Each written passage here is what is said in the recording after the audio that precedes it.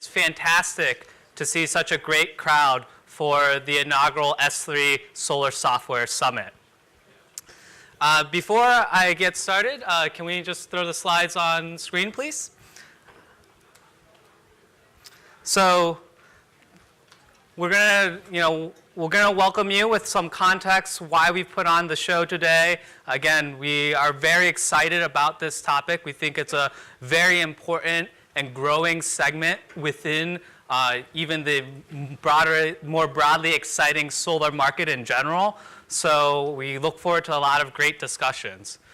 Before we get into that, though, just a few housekeeping notes. For those of you looking for the Wi-Fi password, it is Site-In. Thank you to Site-In for sponsoring that. So now you'll be able to tweet or Slack all these conversations that we're having, or share them on Snapchat, or check us out on our Tinder profiles, or whatever you plan to do with your Wi-Fi. Those of you that are signed up for Folsom Labs' Genius Bar and also the demo sessions, they will be out the door and around the corner in the Sevilla and Cordoba rooms. So be sure to check your schedule for that and make sure you get to those places on time. Also, for those of you that are interested in NABCET continuing education credits, if you can't, this will qualify for that. So if you want to get your credits applied, do stop by that Folsom Labs Genius Bar to claim those credits. It's 9 o'clock in the morning, but I'm sure some of you are already thinking about your drinking plans for tonight. So I do welcome you to join us from 5:45 to 7 for our networking reception. And finally, if you're going to be staying with us for the Solar Summit tomorrow and Thursday, do note that you will have to register again tomorrow. But as you've noticed today, hopefully it's a pretty seamless and painless process for you. I mentioned that the software demonstrations, and this is something that we're hosting that's very exciting. Now you get beyond just the conversations that we have on stage, you'll be able to go much more deeper and see how the software is actually working and what it's actually doing. So here's the schedule. Make sure that you do attend those. We'll try to keep a really tight time frame along those and a tight schedule, so make sure you're there on time. Finally, for those of you that are interested and enjoy your experience here, please note that there are additional GTM conferences coming up. Of note is our Grid Edge World Forum that's going to be happening in mid-June in San Jose, California. And also our next solar conference will be in late October in San Diego. Also note that for many of you that are fans of the Green Tech Media site, you might have noticed that we've launched a premium service, GTM Squared. For those of you that need more Eric Westhoff snark in your life, or long musings by Jeff St. John and Julia Piper, or just want another podcast where you can listen to Shiao Khan, opine about the market, please join Square. You get all of that fantastic content, and with the code that you have on screen, you'll actually get more than half off of that service. And I would totally use it if I weren't already stealing Stephen Lacey's access. Finally, thank you to all our partners, especially to Folsom Labs, who came to us with the idea to put on a conference about solar software to begin with. Also, thank you to our other sponsors, Site-In, EagleView, Nurio, Locus, etc. Without you, this discussion, these insights that we'll be gaining over the course of today wouldn't be possible. So with that, I wanted to take a little bit of time to present why GTM Research is interested in the solar software business, or what we see.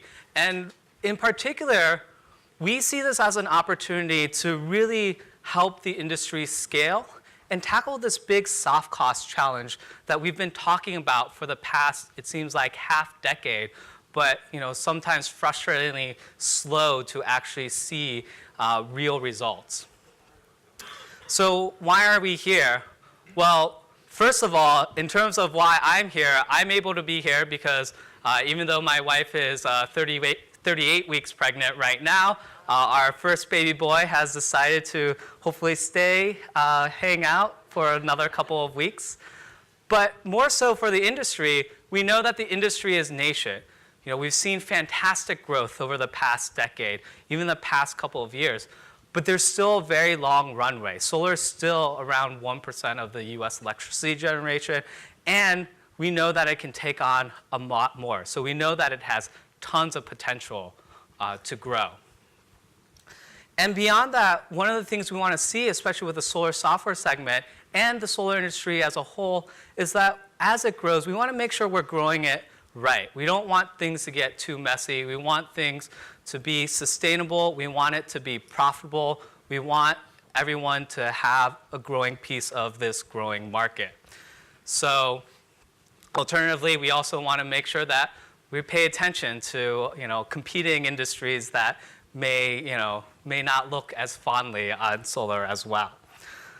But in general, as I mentioned, a big thing that we think about is the soft cost issue, especially within the US space.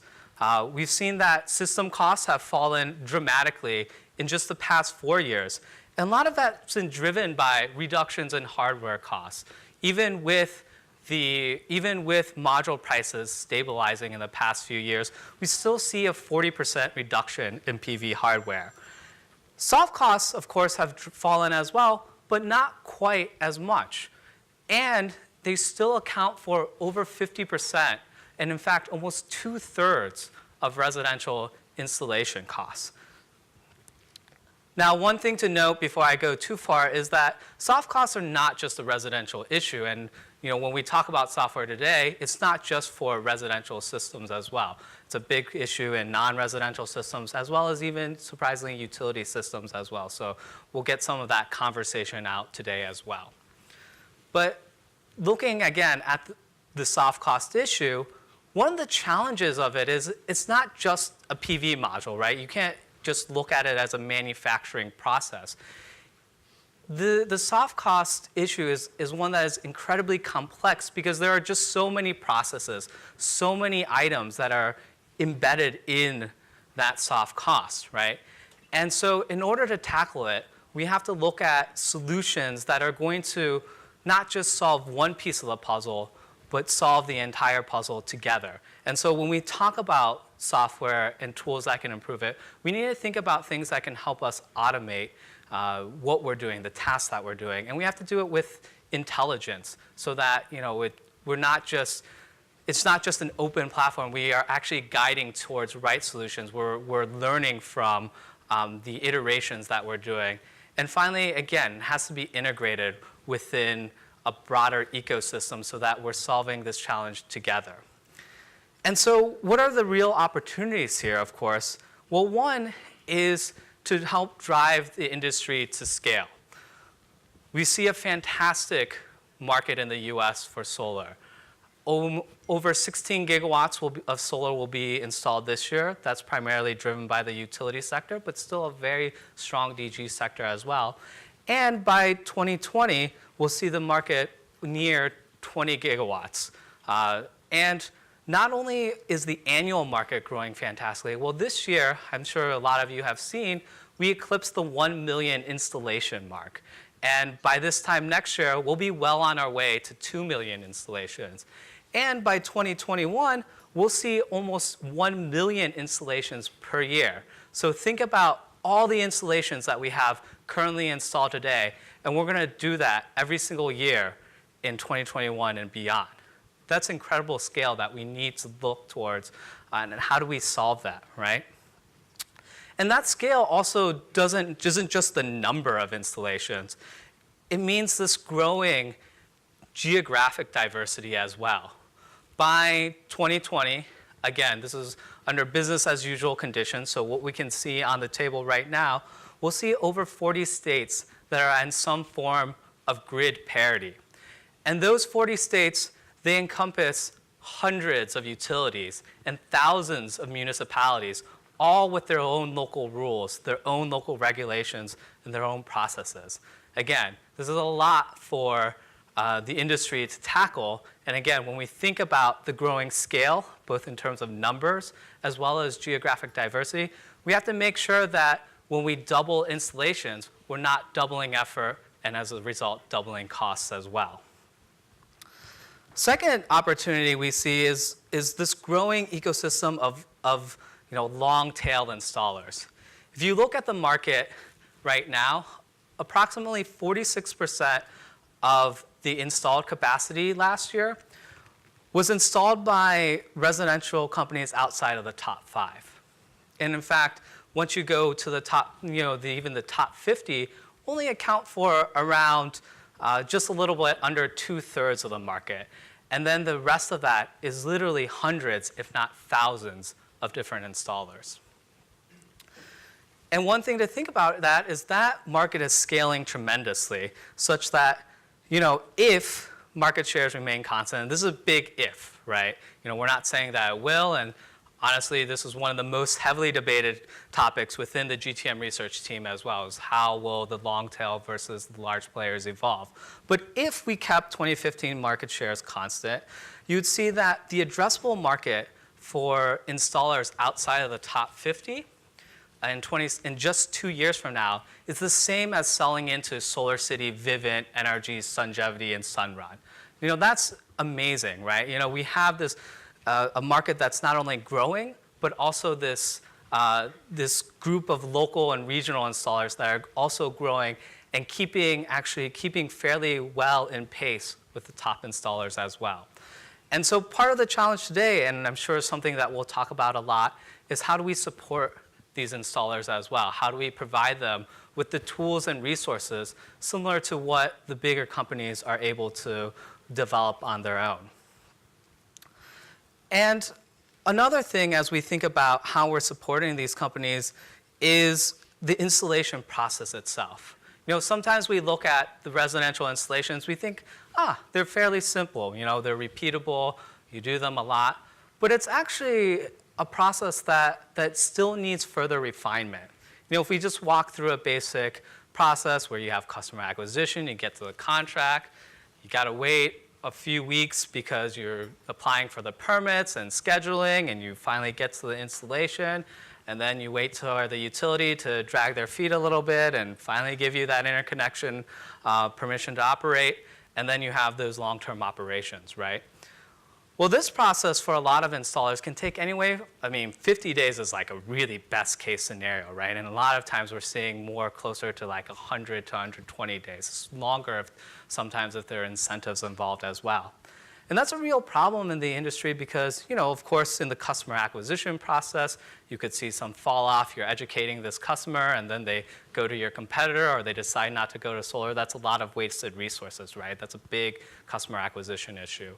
But even beyond that, a lot of times these customers can cancel before you get boots on the roof. And so again, you've spent even more resources, and you don't end up with that customer.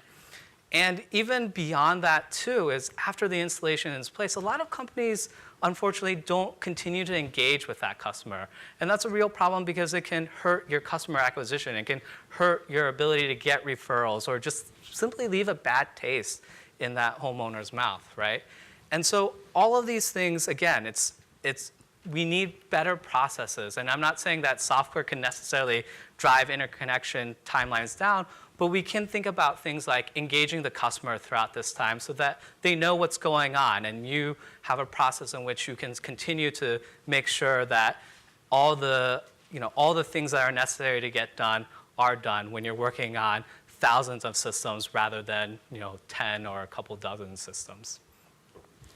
Finally, that long-term operations part is a piece that I think sometimes the industry, we tend to forget about a little bit. We obsess over new installations.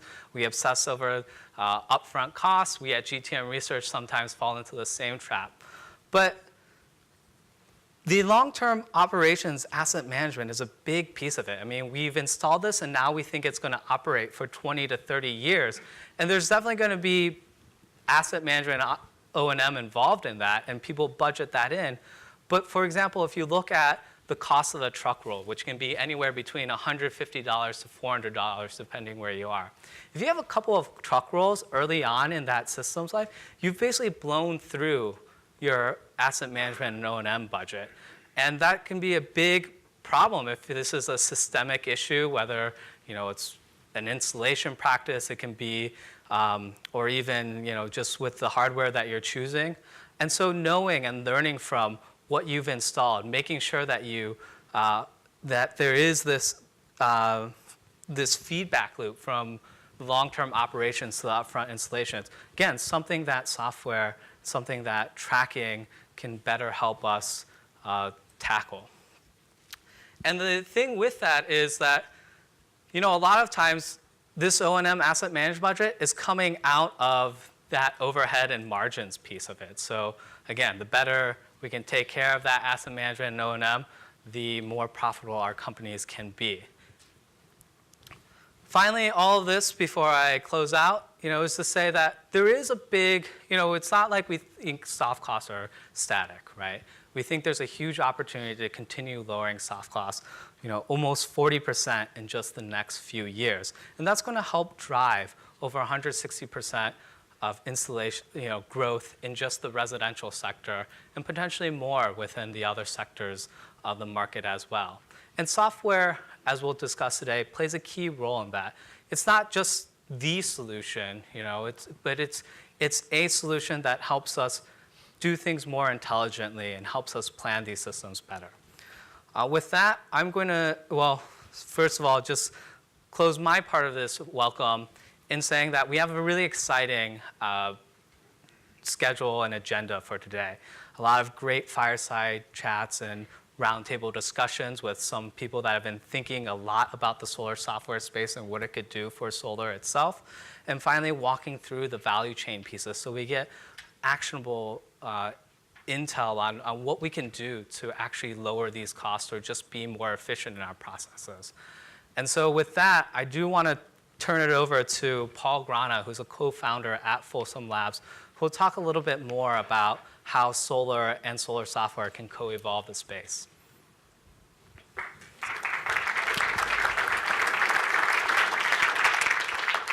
Thanks very much, MJ. Pleasure working with the GTM team on this. It's fun to have everyone here for the first year. So as we at Folsom Labs thought about software and how software and solar sort of intermingle through the last few years, we started to think about two concepts, really, technology versus innovation, and how they're similar and how they're different. And one of the important ways that we think that we can learn about how software can play with the solar industry actually goes all the way back over 100 years to the Industrial Revolution. And specifically the way the Industrial Revolution actually electrified, the way they adopted electricity. So around the end of the 1800s, the factories began to adopt electricity. It was actually, by the way, pushed hard by Edison Electric, the utility, because most of their load was lighting at night. And they saw the C&I segment as a great way to sort of load balance their actual electricity demand, which would really help their economics. So utilities playing a key role there too. So as the electricity was pushed into the factories, over a period of 20 years, we actually saw electricity penetration go from 20% to 80% of the C&I segment, going from steam to electricity. However, over that same 20-year period, the productivity actually fell of the plants, actually by 20% over that 20-year period. So, of course, that seems like it makes absolutely no sense. You've got this great new technology. It's got lower cost. It's a higher efficiency product. But it does nothing for the factories that it was actually trying to help. So the question, of course, is why? Why didn't that work out? And to understand that, we have to look at the way the factories are actually designed. So here's an example of a sort of pre-electrification factory. Along the top, you see those pulleys and beams. That's actually the way they power the factory, was a central source of power, typically the steam boiler, and then a line drive that runs through the factory. That then powers countershafts. So as that crank turns all day, these countershafts are turning, and then they power the actual tools throughout the factory. So when these plant managers adopted electricity, what did they do? They shifted the source of power, and then basically ran their plant on electricity. Now, this had a couple of benefits. The cost savings were 20 to 50% on their power basis, but the cost of energy was typically around 5% of the total production cost. So we're talking on the order of 2% benefit in cost structure. Sure, there's a benefit, but pretty small. And they were cleaner, and they were sort of like easier to use, but that was about it. So again, did nothing for the productivity. And for 20 years, this was the state of the art. This was how the factories were run. And there was very little impact on the way the factories actually were able to output products. Now, Part of that is because, again, people were basically replacing the technology, not redesigning the actual process around the technology. And it wasn't until GE started to commercialize a whole new way to think about the electric motor. Because they were more versatile, they were able to redesign the lines and have multiple lines running at the same time, batching up their work processes. In fact, they then took that even further and started to pair the electric motors with the tools themselves, which gave a ton of benefits. You could now start to batch up the actual machines. You could start to shift the work around based on demand. They were specializing the motors based on where you needed power versus torque. And they were, when there's maintenance, again, in the old world, when there was a problem somewhere on that line shaft, the entire factory was down. In this new world, if there's a problem with a machine, you lose a machine. So over the next 20 years, this is really the new plant of the future. You notice there's no overhead lines and cranks. And from 1920 to 1940, productivity then increases by 80%. There are tons of examples of a specific factory with no change to the size of the factory, to the actual labor and capital plant, increasing by 30 to 50% of the output, just because they can redesign the way the actual factory is actually laid out. So basically, again, the lesson here is there's a big difference between technology and innovation. Just because you sprinkle technology doesn't actually get you benefits automatically. Really, you have to understand how that technology can fit into the process, to the context, and to the objective of what you're doing. So hopefully everyone can see the example, or where this maps to software today.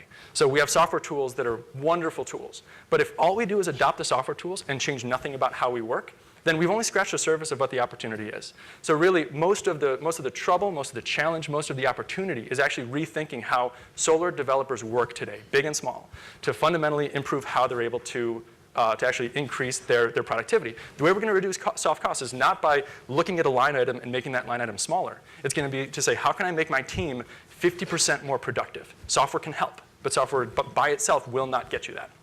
So luckily, fast forwarding to today, we are seeing examples of this. And we call this theme the coevolution theme. In the sense of coevolution in biology, you typically have two biological systems working together. And as they evolve, as there are changes in one, it leads to changes in the other. And it often sort of cycles back and forth. So we see this with software tools. So starting at the beginning of the customer process, we're seeing lots of examples where customers are becoming more educated before they even call up the installer, getting multiple quotes, comparing things before they go in, and really sort of entering the process in a more educated fashion.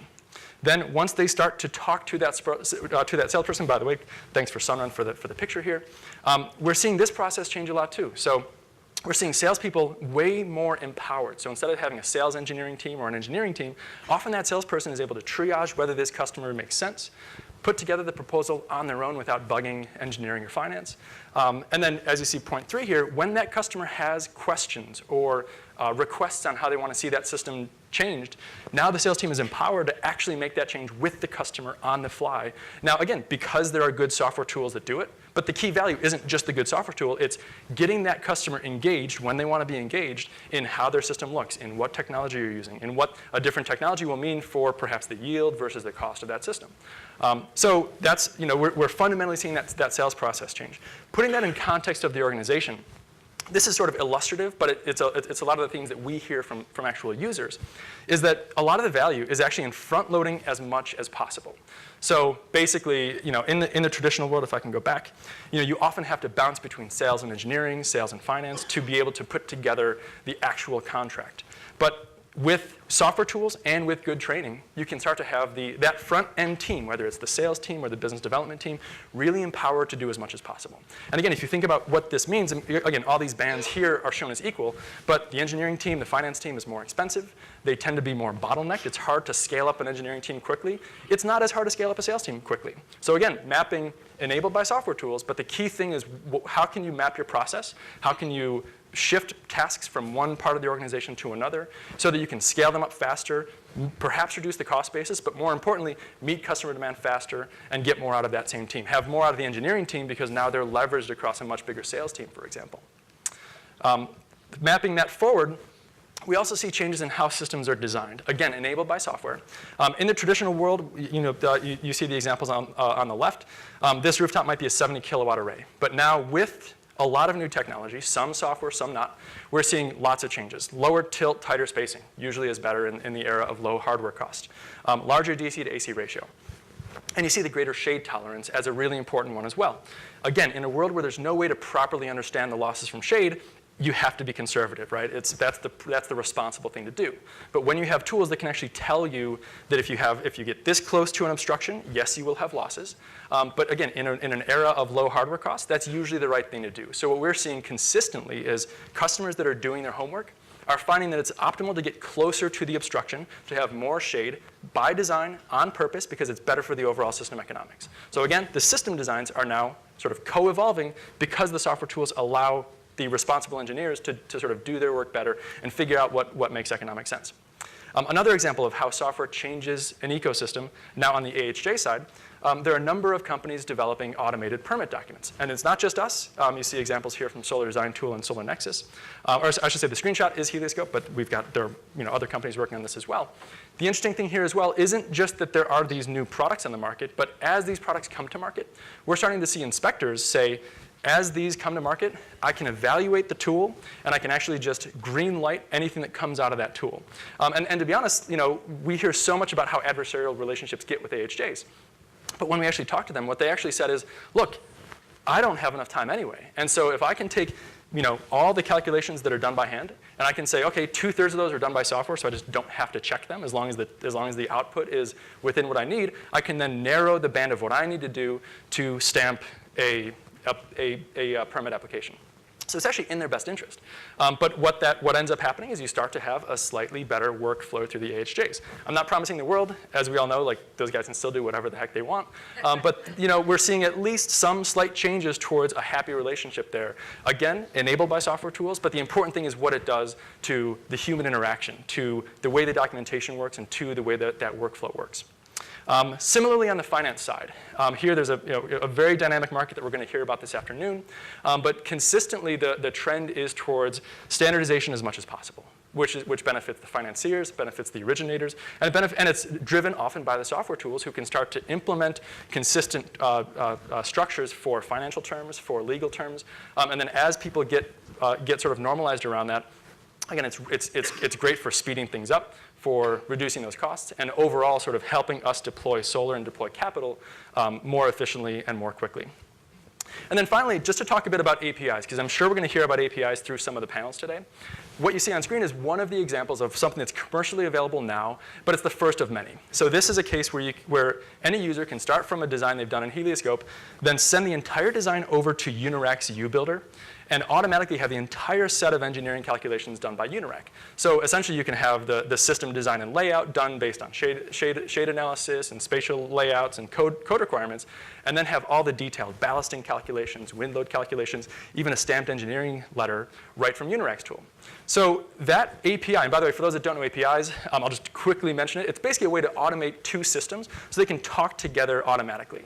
Again, we'll probably hear from the folks at Ecotisa because they've got that as well. But basically, it really helps you tie together different tools when they're both good at different things. And when the user wants to be able to have that flow go, not have human error in between, not have man hours as a cost in between. So, but that API generally doesn't just, again, it's not just a way to reduce cost between 2 points. It actually can change the way the software ecosystem actually works. So as we're seeing a number of API relationships that, first of all, that can just streamline the workflow based on the standard workflow, taking in a lead from a source of that lead, running through the CRM, running through the design, running through the finance, running through, finally through to price it out from a distributor and monitor it with a monitoring product. But then also, in between there are tons of opportunities to fundamentally change what software means, fundamentally change what products are available. So one of the things that we're actually starting to see is a whole other ecosystem of emerging software applications.